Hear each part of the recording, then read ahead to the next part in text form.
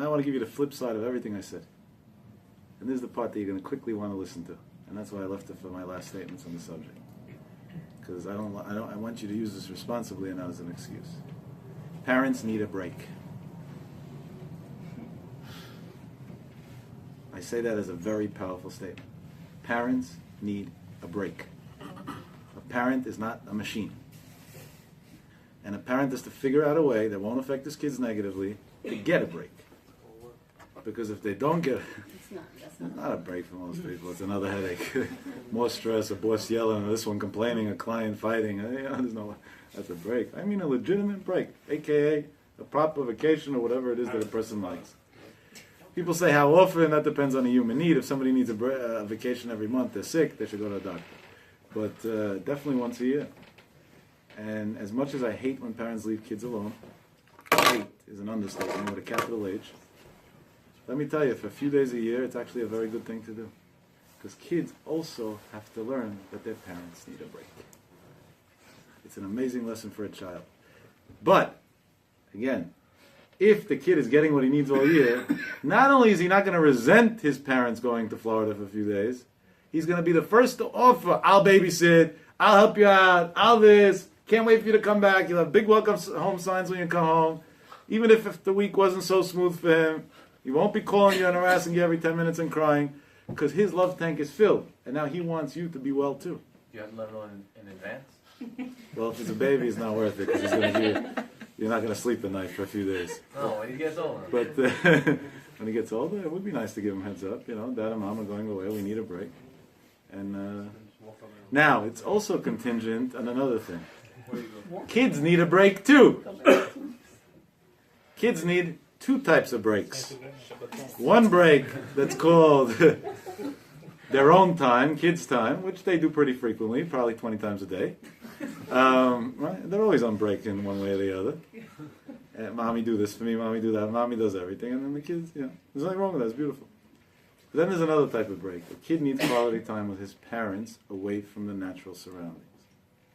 And that's why Chacham Ovadia Yosef has a very unique psak halacha. Very weird psak halacha almost. That if a person's struggling greatly financially, but he's a Yerei Shamayim and he gives tzedakah anyway, maaseh, he should save up his maaseh money and take his children on summer vacation. You hear the extent of how far Chacham Ovadia took this? He should save up his maaseh money and take his... This is talking about somebody who doesn't have money to buy fancy bags and shoes and. If you can afford Louis Vuitton and Gucci and Prada and Ferragamo, you can afford to take your kids out. Buy one less pair of shoes, we have it covered. But And give the monster. and give the maaseh too, right? You got them both covered, probably. But for those who aren't in that situation, which many people aren't, especially after paying our privileged tuition bills, and I view it as a privilege, not as a headache. That's how far Chacham Ovadia took this. Now, when we say Chacham Ovadia Yosef's name, Lo Aleinu V'Lo Alechem, because of some stupid people that lately think they're smarter than him, it's being said a little bit lightly. Hey, he's not alive anymore for a few years. There are other rabbis, I don't go like that, I disagree. The guy never opened the Gemara, barely knows which side's Rashi and Tosfot, and he's already disagreeing over this. So I just want to put a little bit into perspective for you with a story that I heard myself from the people that were there when this story happened. This story happened, I don't remember the exact year, but the Israelis in the room will be able to figure it out. It was while Chacham Ovadia Yosef was the chief rabbi of Israel. So what years was that? I don't remember. End of the 70s maybe? Or the beginning of the 80s, one or the other. It wasn't mid-80s, he was already with Shas. It was past, that for sure not. So it was either the end of the 70s, I don't know. I'm sure in a quick Google search you'll figure it out. But it was the end of the life of the Baba Sali. Baba Sali passed away in 84, I think. Yeah. 84. The Baba Sali's Hilulah was today, last night today. And that's why it's so time appropriate to say over this story. The Baba Sali, as I'm sure you all know, when people used to come to him for blessings came along with a meal and arak. Mm-hmm. Yeah, arak. It's like Moroccan vodka, yeah. It's anise. It's a plant. It's actually healthy, minus the sugar. And he would pour arak like it was water. There wasn't the shot glasses that we have today. That didn't work in the Baba Sali's house. There were mugs, and he would pour. And he would tell the person, you want a blessing, finish the cup. There was no... And it didn't make a difference the age either, by the way. Young kids. Why? Was there Yeah, he lent it. We spoke about last night in base water. Se'adeni vivasher. They have to make a celebration in order to be able to do Yeshua, a miracle for a person. So that was his way of creating a celebration now to be able to make God give the Yeshua for that person. Why Arak? Why Arak? Maybe because he was Moroccan and that was a popular Moroccan drink. I don't know. That's my guess. I have no idea. So there was a long period of Baba Sali's life that he only used one bottle of Arak that he covered with some sort of cloth, and he used to just pour and pour and pour and it never ran out. And there are tens of thousands of people that saw that. But there were points in his life that he didn't do it, and he used to tell him to bring cases of Arak, and he would open the cases and he would pick bottles and pour.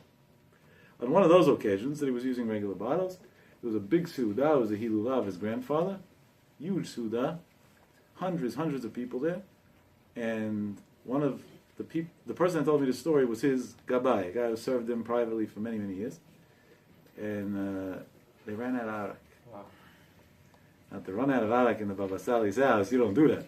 That's a big no-no. Definitely not on the Hilulah of his grandfather.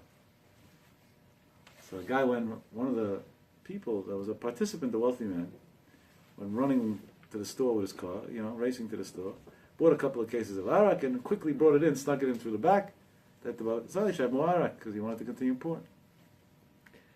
The Gabai opened the case and started taking out bottles to put them on the table for the Baba Sali to pour, so they shouldn't have to bend down, respect for the tzaddik. And on the bottle of the Arak, it said, Vashgachat HaRabbanut HaRashit L'Yisrael. Under the Hechsher of the chief Rabbanit of Israel. That's it. No badatzes and no this and no She'erit Yosef and this Yosef. Badaz. Vashgachat HaRabbanut HaRashit L'Yisrael. The Gabbai said, we don't use that over here.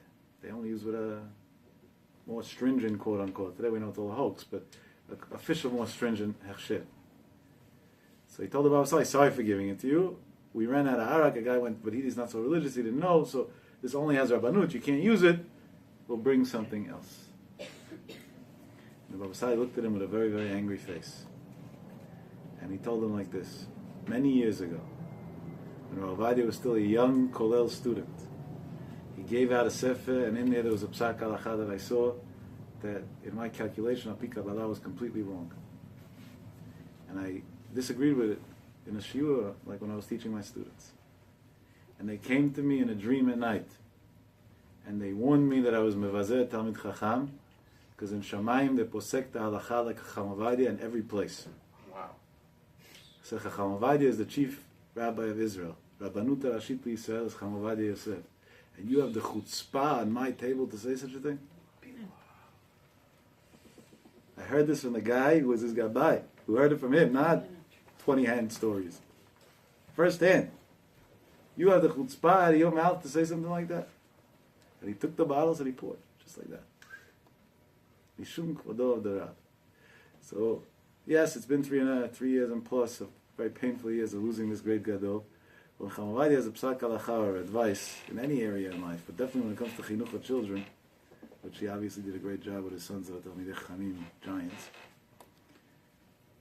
you got to take it very seriously. And Chacham Ovadia saw the value of spending quality time with your kids. Not in Cancun, not in Aruba, that's not quality time, that's putting the neshama in the toilet forever. Sesame place. What? Sesame A place. place that fits the criteria of halakha, each one should pick their own. It doesn't fall under the criteria of the Gemara of ikadar kachina nikra rasha. But in a, with somewhat of a norm kosher environment, if he thought that that was so important to the point that it's worth kasbeit tzedakah if a person's poor,